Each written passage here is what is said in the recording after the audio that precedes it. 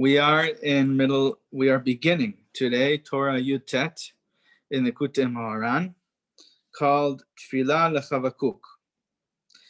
And this is where Rabbi Nachman begins to explain to us the Sifra Ditzniuta, which is, we mentioned in the past, this Sifra Ditzniuta is it's a sefer that's in the Zohar. It's part of the Zohar, but it's our tradition teaches us that it was written by Yaakov Avinu, and it has 5 chapters in it and 5 prakim, and these 5 chapters correspond to the 5 books of the Torah, the Chamisha Chumshei Torah, and they include within them all the secrets of the Torah are included in the sefer. It's not me saying this, and it's not just one of the Meforshim throughout the ages that said this. This is Rabbi Shimon Bar Yochai himself in the Zohar, says that within, and he knew all the secrets of the Torah, and he says that all the secrets of the Torah are included in these 5 short chapters of Sifra Ditzniuta. He says that every word in this sefer, every word is needed. There's not a letter and there's not a word that is extra. And every word has worlds built upon them. Worlds of secrets of the Torah that are built upon that world, that are represented by that word in Sifra Ditzniuta.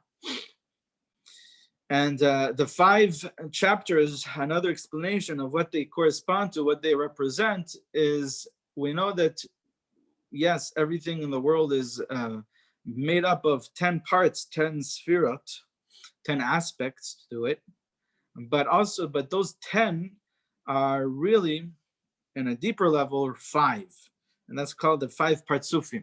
And so the source of the 10 sfirot is the 5 partsufim, or the 5 worlds, or the 5 points in the Yud Kei Vav Kei. In the Yud Kei Vav Kei, you have the 4 letters of the Yud Kei Vav Kei, plus the source of all of that, which is the spike at the top of the Yud, Kutzo Shel Yud, and that represents the Keter. And then you have 5 points in the Yud Kei Vav Kei, which are the source for the 10 sfirot. And so that's the source of everything, is these 5 points. And that's why we have, in our neshama, we have 5 parts. We have the nefesh, the ruach. Our soul is made up of the nefesh, ruach, neshama, chaya, yechida.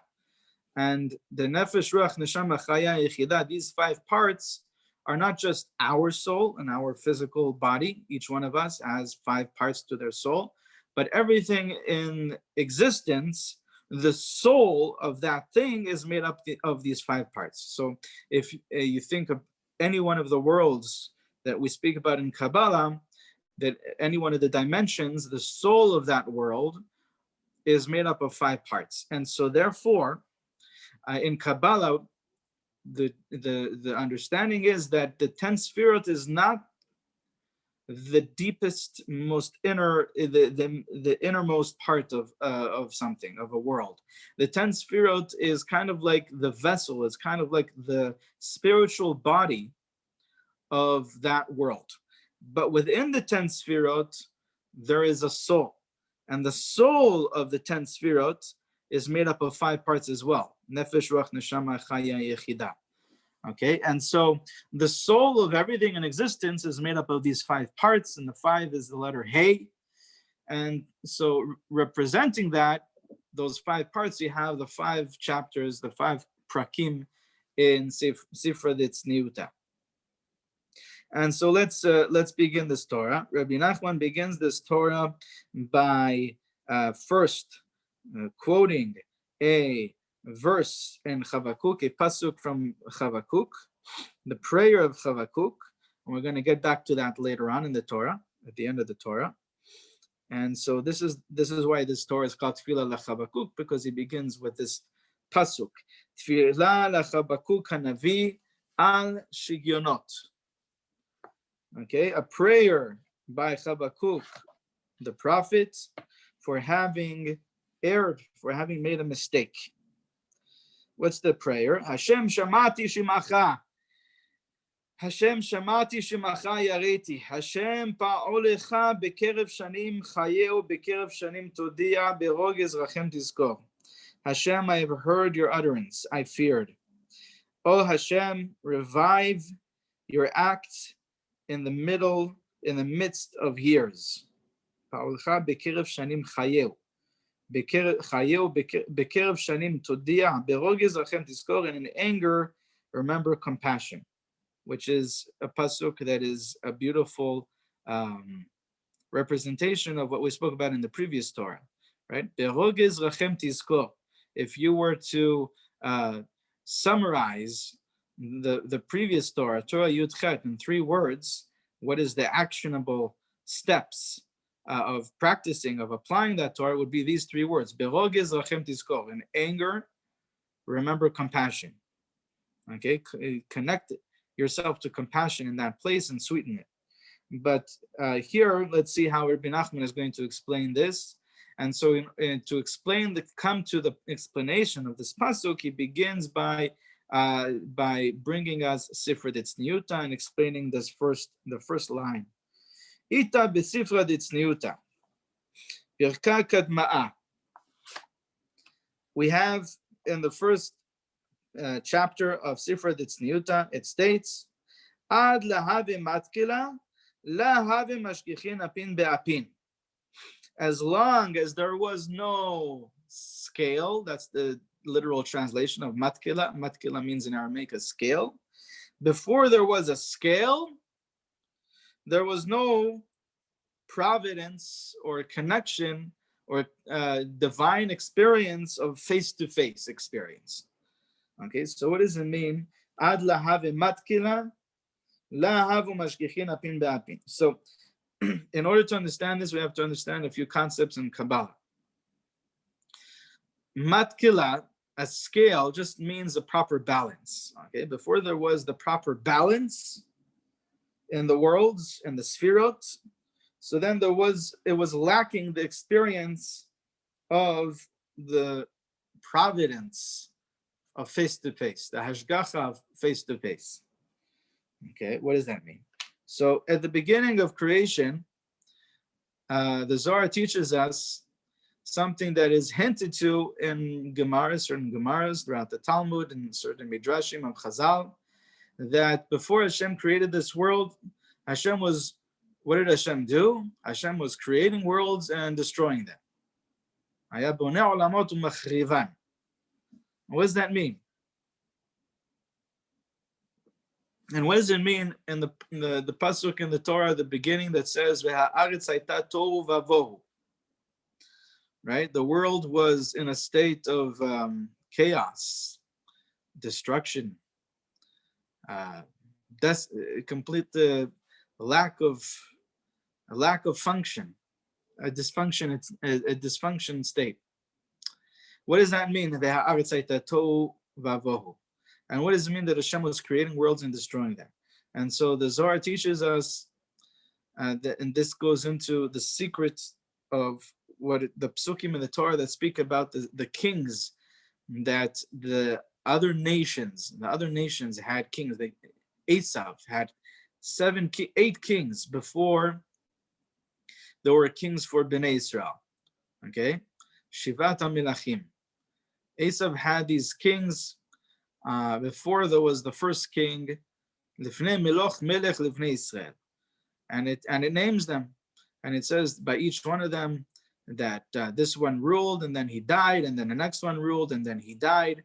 And so the Zohar says that these psukim, this story in the Torah, is not just a story; it's the deepest secrets of creation are hidden in this story, and this is hinting to. The Zohar says it's hinting to the world called Olam HaTohu. When the Torah says that the world was Tohu Vavohu, it means that before the creation of this world in this organized fashion, there was a state, there was a world called Tohu.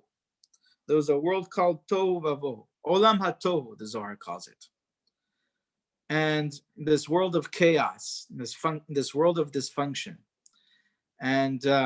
And that, says the Zohar, in that world, there were 7 kings, and each one of these kings was built and died. Was built, the next one was built, the next one ruled, and the next one died. And then the third one ruled, and the third one died. When we got to the 8th king is already the beginning of the process, the process of direct, orderly creation. Okay, and that's what we have, the world Olam Ha'atzilut, which is the beginning of the closest system of processes until we have this physical world, begins. This Olam Ha'atzilut is the perfection, the tikkun, the rectification that happened through the 8th king. Okay, and so when it says that HaKadosh Baruch Hu, it says that Hashem, before he created this world, he was building worlds and destroying them, it's referring to these 7 worlds or 7 kings. There are 7 sfirot, and they are the 7 sfirot that begin from Dat. Dat is the first one. Dat is the first king, and then Chesed, Gevura, Tiferet, Netzach, and Hod are considered one. Okay, and Yesod and Malchut, and so that's how you have 7. Okay, and a lot, basically most of Kabbalah and the Kavanot are dealing with how to rectify that which happened, the chaos that happened in those worlds. When those worlds were created, they came to a state of destruction, and so when each king ruled, that's the establishment of that world, and then that king died, and that's the destruction of that world. And what came from this whole process of these worlds being built and being destroyed is that's what caused all the sparks of holiness to fall into this physical world, and throughout the worlds of Atzilut, Beria, Yetzira, and Asiya. And our job, everything that we're doing, the whole Torah and all the mitzvot, the purpose of it is in order to rectify that, and to select those sparks out of the darkness, to find those sparks, clean them off from the darkness that surrounds them, from the physicality, the concealment that surrounds them, and to return them to source, to return them to Hashem, to the higher worlds. And that causes a ripple effect that brings about a greater perfection in the world. Okay, from below to above, you're returning these sparks of holiness from down here to the highest worlds, which causes a ripple effect, a unification in the higher worlds, and then that causes a deeper state of perfection to be created, a continuation of a deeper, peaceful, more peaceful, deeper perfection in the world, and happiness and joy and blessings. All of the blessings that we are seeking comes from this process, selecting the sparks, lifting them up to source, causing that unification, and then there's a new life that is born from that.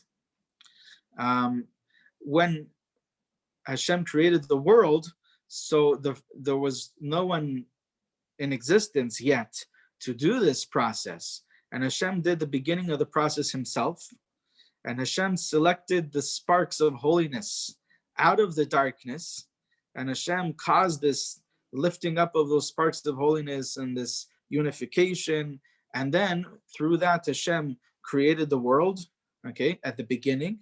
But then the Arizal teaches us the continuation of that for the next 6,000 years. Every day, it's our job to continue and to do that same process that Hashem did at the beginning of creation, to lift up the sparks of holiness which are appropriate for that day, which are connected to the aspect, the bechina of that day, and to bring them up to that source, to that place in the higher worlds called Ab B'Sag Da'ak, of Adam Kadmon, of the world Adam Kadmon, and to cause that unification to happen, and then that causes the creation, the world, to continue in existence in a peaceful way. Otherwise, the world would be destroyed. The world would come to a state of destruction. And so to the extent that a person fulfills this purpose he takes part in this process, and he does it in a wonderful, successful way, lifting up the sparks and causing this unification and causing this new birth to happen. That's the extent that a person will live a blessed, a world of a life of blessing, and a person will have ease and comfort and health and well-being and success and children and all the blessings of the physical world and the blessings in the spiritual dimension.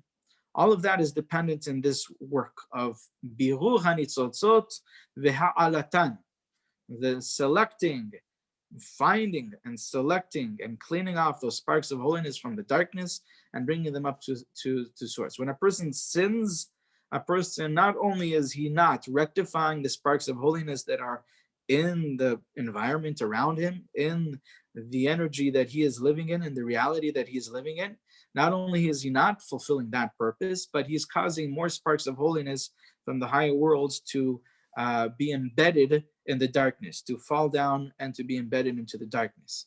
And so really, Adam Harishon, if he would not have sinned with a tree of good and evil knowledge, right? It's a dat tov hara.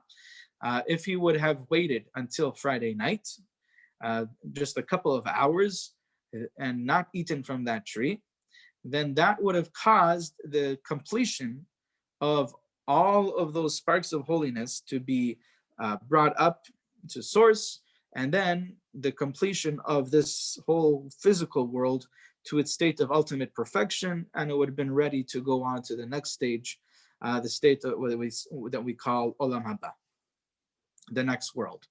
But because he didn't do that, and by eating from that tree, that not only he wasn't able to select those sparks of holiness and complete the perfection of this world, but he caused this whole state of the world going down so many levels, and everything in this world being mixed up, good and bad. And now for 6,000 years, we have this process of selecting the good from the bad, and we have to work on two levels. We have to also rectify the sin of Adam HaRishon, and we also have to rectify the process that we are to fix. The purpose that we are here to do is to bring the world to that state of perfection and to rectify the destruction and the chaos and dysfunction that happened in the Olam Hatov. Okay, that's really a summary of what we need to understand, and all of Kabbalah is explaining to us this Olam Hatov and how to rectify that world and how to select the sparks of holiness through our serving of Hashem to fulfill this process in the best way. Because as we said, to the degree that a person is fulfilling this process in a successful way, that's how much blessing a person will merit: physical, material blessing, and spiritual blessing. And so this is really important to understand. But the first line in this Sefer Tzniuta is that before there was a proper balance, okay, before there was this, before there was the scale, okay, so then there was no apin be'apin, there was no provenance, no connection, direct connection between one and the other, complete unification, a face-to-face communication, a face-to-face unification. So what does it mean before there was a scale, before there was a proper balance? And so one of the things that Arizal teaches us about why this happened in the world of Olam Hatov, why did this chaos come about, why did this destruction happen, is because the 10 sefirot of that world of Olam Hatohu were not in proper balance. What does it mean they weren't in proper balance? So it means that you had 10 sefirot, but they were one on top of the other. Okay, you had the da'at on top of the chesed, on top of the gvura, on top of the tiferet, and the netzach, and the hod, and yisod, and malchut. But when we look at the sefirot now, and we look at the sefirot that when they're represented in the Sfarim, they're the Zohar and the Kavanot, it's all a system of 10 sfirot the way it is supposed to be and the way it is now in the world of Tikkun. And in that world, you will see that it's not one sphere on top of the other, but there's a balance. There are 3 columns, and there is like a connection between one and the other. There's a whole relationship between one and the other. You have the Keter on top and the Chokhmah on the Bina, and then you have the Dat, and so there's a relationship and there's a balance between them, and each one is in its right place, and that right place most perfectly and most wonderfully represents the function of that sphera and the relationship between that sphera and the other sphera. And because of that balance, so then everything works as a system. So it's not every man for himself, because the Zohar teaches us that one of the energies or the attitudes that caused the destruction in the world of Olam Hato was an attitude of every man for himself. Ana imloch, says the Zohar, that each one of these sphirot in that world of Tohu wanted to be the ultimate ruler and wanted to be independent of everyone else, completely independent of everyone else, and of everyone and anything else. And so that's the attitude of Ana imloch, I will rule. And when every aspect, every part of a system wants to be the ruler and wants to be absolutely independent from everyone else, so then the system dissolves, the system breaks, right? The system then comes to fragmentation. And so that's called, there was no balance. That's what the Zohar is referring to here, that there was no scale, there was no balance. And the sfirot in that state were called, as the Zohar calls them, bechad samcha, one on top of the other. When one on top of the other, each one wants to be on top, and each one wants to rule, and there's no relationship or connection between one and the other. And so that's what it's referring to here when it says that there was before they were in proper balance. And when there was not that proper balance between them, so then obviously every man for himself, then there's not a proper relationship between each one and the other. And if there's not a proper relationship between each one and the other, then they're not able to be combined one with the other, and they're not able to be unified. And if they're not able to be unified, then they're not able to bring light from one to the other, from one state to the other. Because as we know in Kabbalah, the rule is that the sustenance, the energy of life is passed on from one world to the other only through the peaceful, loving unification in the world above, okay? When there is, just like in the physical world, when there is love between 2 parents and there's a healthy relationship and a unification, so then they're able to give birth to a child. But if each one in the relationship is to himself and they're not communicating or they're not connecting one with the other, and they're not able to have a unification one with the other, then there's no child that is born. And so that's the rule throughout all the spiritual worlds as well. And so if each man was for himself, right, each sphera is independent and separate from all the others, seeing themselves as a separate being, and here again you see the destructive force of the separateness, the illusion of separateness. And when each one of them sees themselves as separate from the other, from the rest of the system, and they want to be independent, then there's no communication and there's no relationship. And then the shefa, the life energy, is not able to be drawn to the next world. Okay, and so we're going to speak more about this throughout the Torah, but that's the basic, simple, summarized explanation of the first line in this Torah. And so Rabbi Nachman begins. כי קשה לעולם, על מה צריך לנסוע לצדיק לשמוע מפיו? הלא אפשר לעיין בספרים דברי מוסר?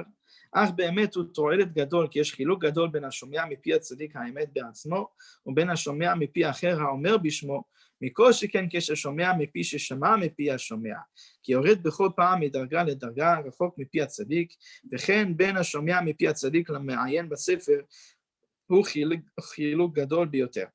So Rabbi Nachman, at the beginning of the Torah, this is how Rabbi Nachman always does it. He explains to us the deepest secrets of Kabbalah and Chassidut, but always with a focus on a practical application. How is it going to be applied practically? It doesn't help us to be the greatest, the wisest, the most intelligent, and to have the tremendous wisdom of Kabbalah if we're not going to apply it in our life, in the way we live, in the actions that we do, okay? And that's why Rabbi Nachman always, in every Torah that he explains the deepest secrets of Kabbalah, he always puts a focus on how we're going to apply it practically. And so that's what he begins right away. Before we get into the deep explaining that we're going to explain throughout the Torah, these deep concepts, he wants to give us a focus that is going to be practical, okay? And then based on the understandings and concepts we'll explain in the Torah, we'll come back to seeing how that applies practically in this context. And what is that? He says, people ask the question, why do I need to travel? Why is it necessary to travel to the Sadiq to hear Torah directly from him? Okay, back then, okay, in the times of Rabbi Nachman, when they didn't have the internet and they didn't have telephones and there was no way, they didn't have recordings, and you couldn't hear something live. It was, everyone had to travel far in order to hear Torah from the Tzaddik directly. Rabbi Nachman is going to explain to us that this is not something that we're doing only because we have no other way, only because there's no other way of hearing the Torah from the Tzaddik. This is actually the best way of learning Torah, is to learn it directly from the Tzaddik while you're facing the Tzaddik, seeing the face of the Tzaddik. And so Rabbi Nachman is what he's going to explain to us really is the reason why not only is it a billion times more effective to hear Torah from the Tzaddik directly, hearing the Torah from the Tzaddik, than just reading it in a book, right? Why don't you just have the Tzaddik write his Torah in a book and we'll learn the Sefer, we'll learn the book from the Tzaddik? No, that's a completely different level of experience that we have when we hear Torah directly from the Tzaddik, when we're facing the Tzaddik, when we see the Tzaddik, than if we were just reading it from a Sefer. And Rabbi Nachman also explains that it's a completely different level of experience, of holy experience, when we hear the Torah directly from the Tzaddik and we're facing the Tzaddik and we see his face as he's teaching us the Torah, than if we were hearing it from someone else saying it over in the name of the Tzaddik, or someone else who heard it from someone else who heard it from the Tzaddik. Every level, it becomes farther. And so we have distinct levels here. The best level, the first level, is to hear the Torah directly from the Tzaddik. We're going to explain why that is in the next part of the story, or bet in part 2 of the story. The level after that is to hear Torah from somebody, hear the Torah of the Tzaddik from someone that heard it from the Tzaddik. And he is just relating to you what the Tzaddik said. And then another level is a person that heard it from a person that heard it from the Tzaddik, and so on and so forth. Every time it's removed another level, it becomes farther from that direct experience of hearing the Torah directly from the Tzaddik. And then all of this is greater than if you were just going to learn the Torah of the Tzaddik from a book, from the Sefer of the Tzaddik.